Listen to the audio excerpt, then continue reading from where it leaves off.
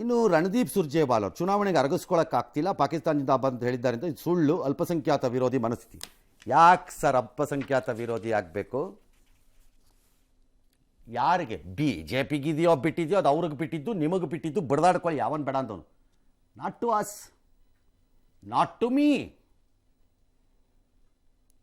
ನಮಗೆ ಹೇಳಕ್ಕೆ ಬರಬೇಡಿ. ಯಾರನ್ನ ಅನುಮಾನಿಸ್ತಿದ್ದೀರಿ ಮೂಲಕ ನಮಗೆ ಹೇಳಕ್ಕೆ ಬರಬೇಡಿ ಅದನ್ನು ನೀವುಗಳು ಸುಮ್ಮನೆ. ಯಾರು ಏನು ಬೇಕಾದ್ರೂ ಮಾಡ್ಕೊಳ್ಳಿ ನೀವು, ನನಗೆ ಗೊತ್ತಿಲ್ಲ ಅದನ್ನು.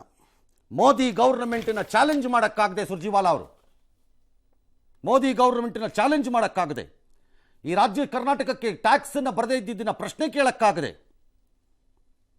ಪ್ರೊಪಗ್ಯಾಂಡಿಸ್ಟ್ ಈಗ ಹೇಳ್ತಾ ಇದ್ದೀನಿ. ಕನ್ನಡ ಅರ್ಥ ಆಗತ್ವಾ ನಿಮಗೆ? ನಿಮಗೆ ಕನ್ನಡ ಅರ್ಥ ಆಗೋಗದೇ ಇದ್ದರೆ ಯಾರು ಕೆಲವರು ಟ್ರಾನ್ಸ್ಲೇಟ್ ಮಾಡಿಸ್ಕೊಳ್ಳಿ. What is the stand we have taken on taxation, on money to become, ಕೇಂದ್ರದಿಂದ ಬರಬೇಕಾದ ದುಡ್ಡಿನ ವಿಚಾರದಲ್ಲಿ. ಕನ್ನಡ ಅರ್ಥ ಆಗತ್ತಾ ನಿಮಗೆ? ನಿಮ್ಗೆ ಅರ್ಥ ಆಗಲ್ಲ. ಕೇಳ್ಕೊಳ್ಳಿ, ಯಾರನ್ನಾರು ಒಬ್ರು ಟ್ರಾನ್ಸ್ಲೇಷನ್ ಮಾಡಿಸಿ. ನಿಮ್ಮ ಭಜನಾ ಮಂತ್ರಿಗೆ ಹೇಳಿ ಟ್ರಾನ್ಸ್ಲೇಟ್ ಮಾಡಿಕೊಡಿ ಅಂತ. ಯಾರು ಹೇಳಿದ್ದು ನಿಮಗೆ? Who told you? ಕನ್ನಡದ ವಿಚಾರ, ನಾಡಿನ ವಿಚಾರ ಬಂದಾಗ ದೇರ್ ಇಸ್ ನೋ ಕಾಂಪ್ರಮೈಸ್. ಅದು ಮೋದಿ ಆದರೂ ಅಷ್ಟೇ, ಯಾರಾದರೂ ಅಷ್ಟೇ. ಬರಬೇಕಾದ್ ಬರಲೇಬೇಕು. ಏನು ನಮ್ಮ ಮನೆಗೆ ಭಿಕ್ಷೆ ಕೊಡ್ತಿದ್ದೀವ